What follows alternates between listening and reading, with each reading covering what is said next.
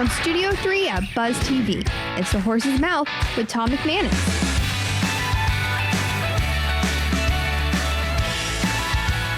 All right, time once again for The Horse's Mouth here at Tommy Max at my bar, of course. And it's Game Changers time, brought to you by our good friends at Hot Springs Spas. My guest this time around is an old friend of mine, Gary Chartrand. He's the former executive chairman of Acosta Sales and Marketing. He's involved all over Jacksonville, and it's really good to see him here at my bar. So let's say hello to Mr. Chartrand. How are you, Gary? I'm great, Tom. Thank you. Again. Thanks for having me on. You're looking well, man. You always Thank you. keep yourself in pretty good shape. I try. You have to, don't you? You do. Keep it all together? Yep.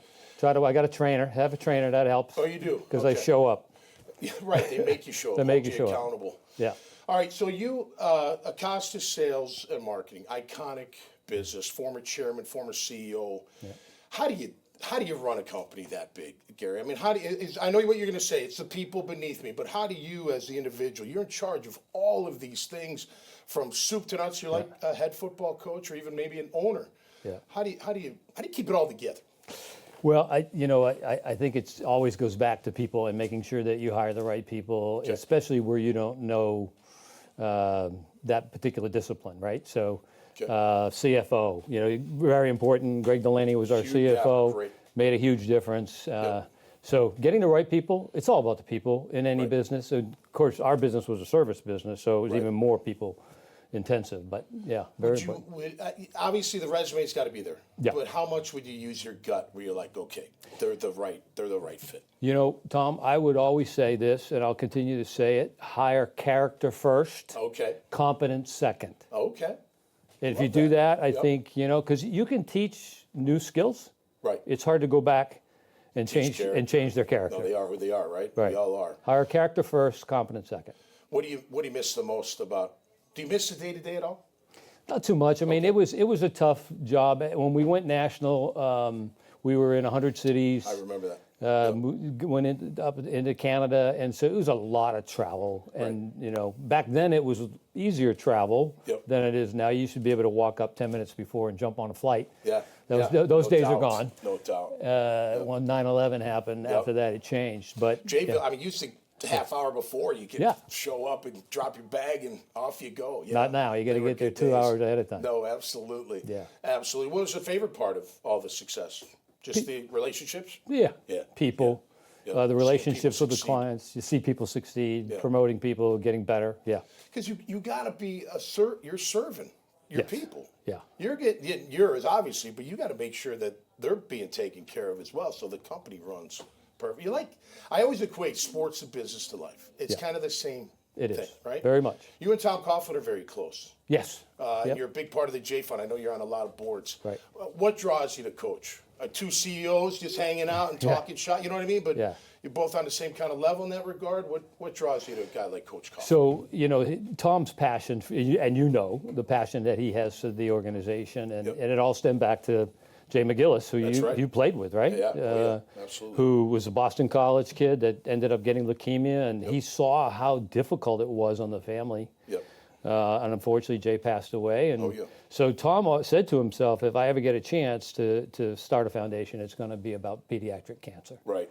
And, Tom, I don't think I can think of anything worse than a child with cancer. No, I know. You know? No, absolutely. So- And they come in all the way through, not just financial. It's emotional, it's support. Mental health. And all that kind of thing, right? They're there for you. Yeah. From beginning to hopefully. Yeah.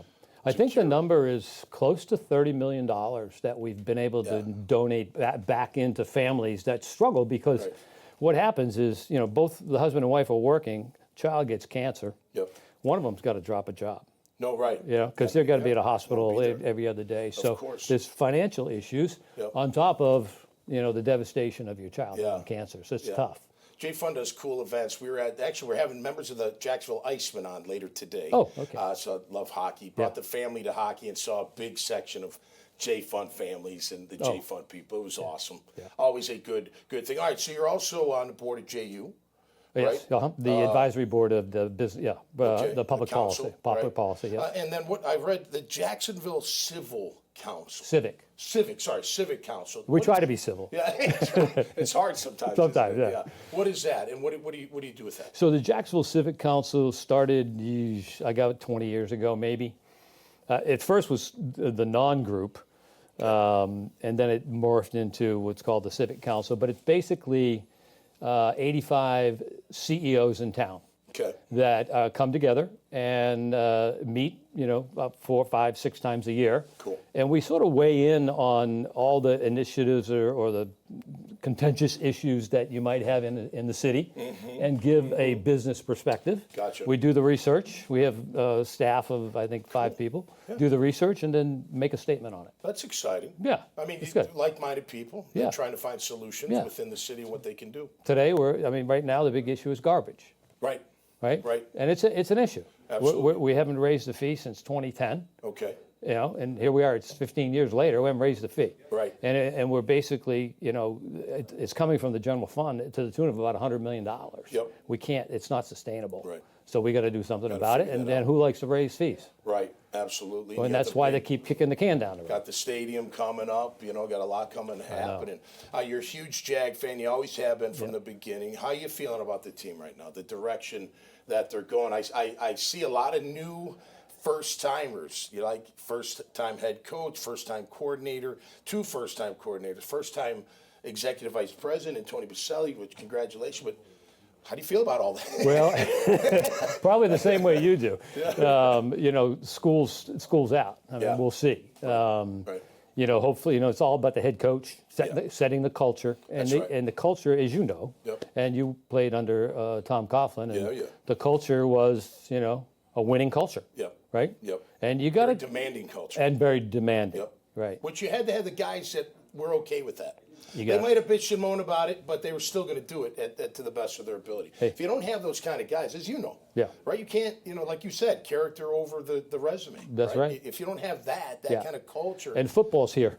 Oh, yeah. You know that. Yeah, we used to play UNH. I played a little bit. Near BC, that area, the Northeast. Yeah. Northeast, Yeah. Did you grow up in New Hampshire? I did, yeah. Grew up in southern New Hampshire, Manchester. Yeah. Not too far from the state line of Massachusetts. That's right. We had to go up there on Sundays, and you know why? Because it was dry in Massachusetts. Right, exactly. So we drive 45 minutes to New Hampshire. Well, they put all the liquor. They put all the liquor stores right on the border between New right. Hampshire and Massachusetts. Absolutely. And that's a big source of revenue for New Hampshire. Yeah. They can control all the liquor in the state. Wow. Yeah. Yeah. Actually, New Hampshire is the only state out of 50 states that doesn't have a sales tax or state income tax. Wow. So they rely only on property tax. Gary, as we wrap up here, I talk, when I do my speeches, I talk about leaving a legacy behind. And you're still building it. How important is it to a guy like you to leave that kind of positive, influential legacy behind? Yeah. How important? Yeah, I think it's very important, and it really try to set the example as well, right? Yep. So one of the things that when we sold the business and had assets and were able to do some things in the community, it was quite frankly the Weavers were so generous, and worked with Dolores and Wayne on a number of initiatives. In fact, we brought Teach for America here together. Nice. Nice. And so they set the example. Hopefully, I'm setting the example as well. Yeah. And look, you can't take it with you. That's right. Unfortunately, you can't take it with you. That's right. And so we've been blessed with resources. I mean, you can only have so many toys. That's right. Right? We live a great life. Yep. And Well deserved. Thank you. Yep. And then after that, we want to push the money out to do good. And education is an area that we've really focused Well, on. I'll tell you what, we often say, what do we like about Jacksonville the most? It's the people. Yep. And you're doing your part, so that's fantastic. All right, as we wrap up, it's Game Changer segment. So who's the biggest game changer in sports today? Who would you say? Do you got a name? Oh, boy. And if you want me to make it, like, say Super Bowl 59, who's going to be the biggest game changer? Well, it's got to be Mahomes. Yeah. Or Barkley. Or Barkley, but Barkley if too. Philly You're right. wins, Yeah. Barkley wins the MVP. It'll have to be because he has a monster game. Exactly. He's good. He's like Freddie T. He's Freddie T. He is. Exactly right. right. The minute he gets out in that open. I just hope it's beautiful. a good game. I want it to be a good, close game. And it'd be a lot of fun. Absolutely. Well, this has been fun, Gary. I really Thanks, appreciate Tom. you, man. Hey, it's good to see you. I'll see you around. I see you around all over the place, but always good to have my friends at my bar and getting a chance to tell their story, what they're doing in Jacksonville, man, and beyond. So until next time, you stay safe out there and be cool. And we'll see you right here on the Horses Mouth.